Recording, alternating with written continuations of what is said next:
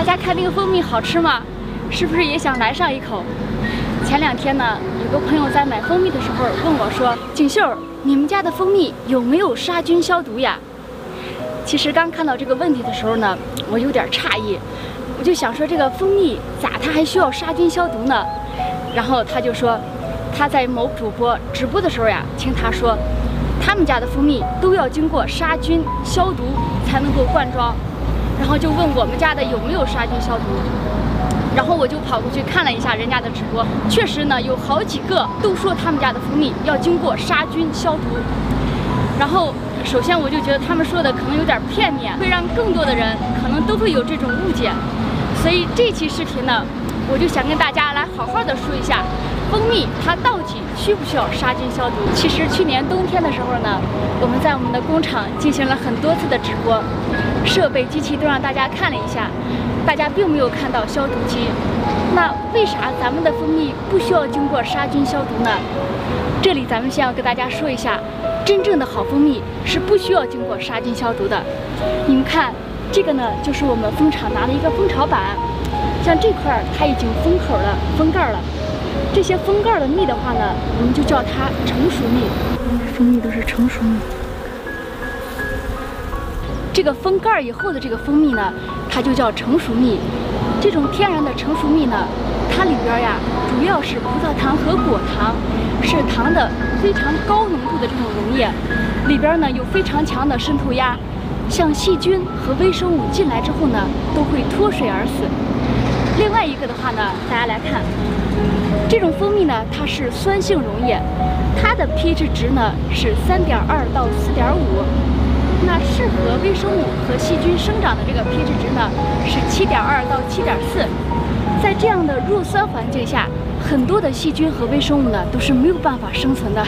第3个原因呢，大家来看，这个里边有很多的小气泡，大家看到没有？这些小气泡呢，就说明这个蜂蜜里边呀有很多的酶类物质，其中一种呢就是葡萄糖氧化酶。葡萄糖呢和葡萄糖氧化酶作用就会分解出来过氧化氢。过氧化氢呢，它本身就有杀菌消毒的作用。第4个原因，大家来看，这个蜂蜜它非常的粘稠，这么强的这个粘滞性呢，就氧气很难进来，那它里边这些需要需氧性的细菌就没有办法生存。除了这些之外呢，像蜂蜜里边它还含有一些溶霉菌，1毫升就含有5到10克的溶霉菌。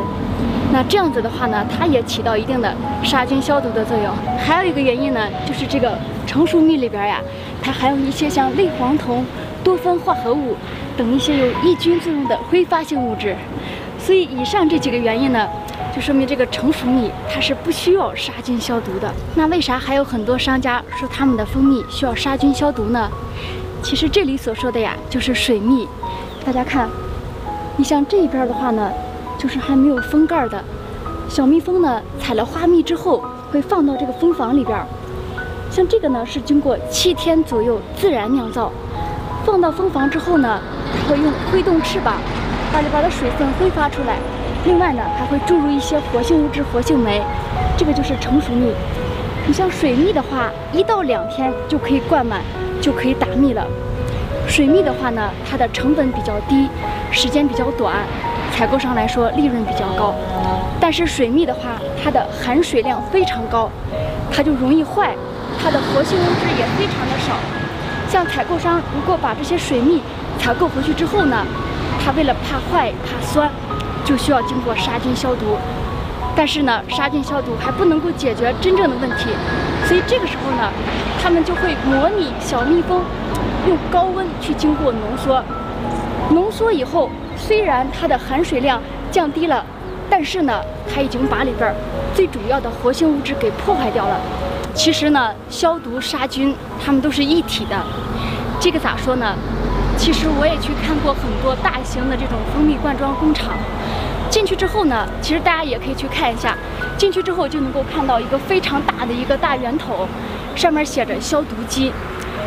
它虽然写的消毒机，但是呢，它在这个里边，一方面是消毒杀菌，更多的一方面呢，是它在模拟小蜜蜂，它用高温进行浓缩，进行搅拌，把这些蜂蜜全部倒进去，然后搅拌一下，浓缩完以后，再出来的其实就是浓缩蜜，它是打着消毒杀菌的旗号，在干着浓缩的事儿。那有的朋友可能就会问，说那你说成熟蜜和水蜜到底有啥区别呀？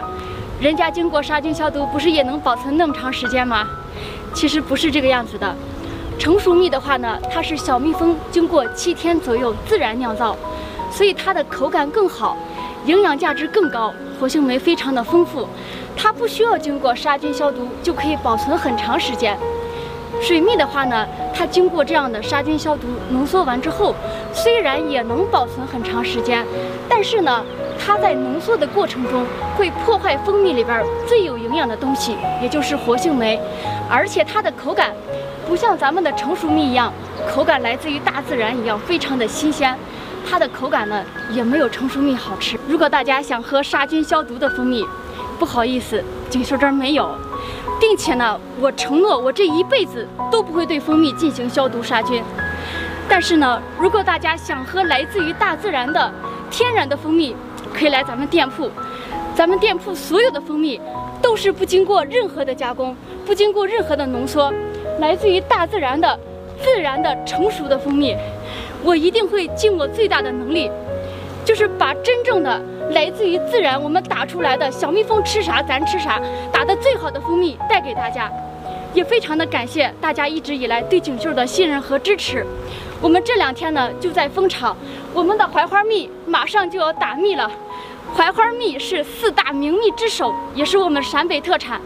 如果大家喜欢喝蜂蜜，欢迎品尝。谢谢大家，我是李锦绣。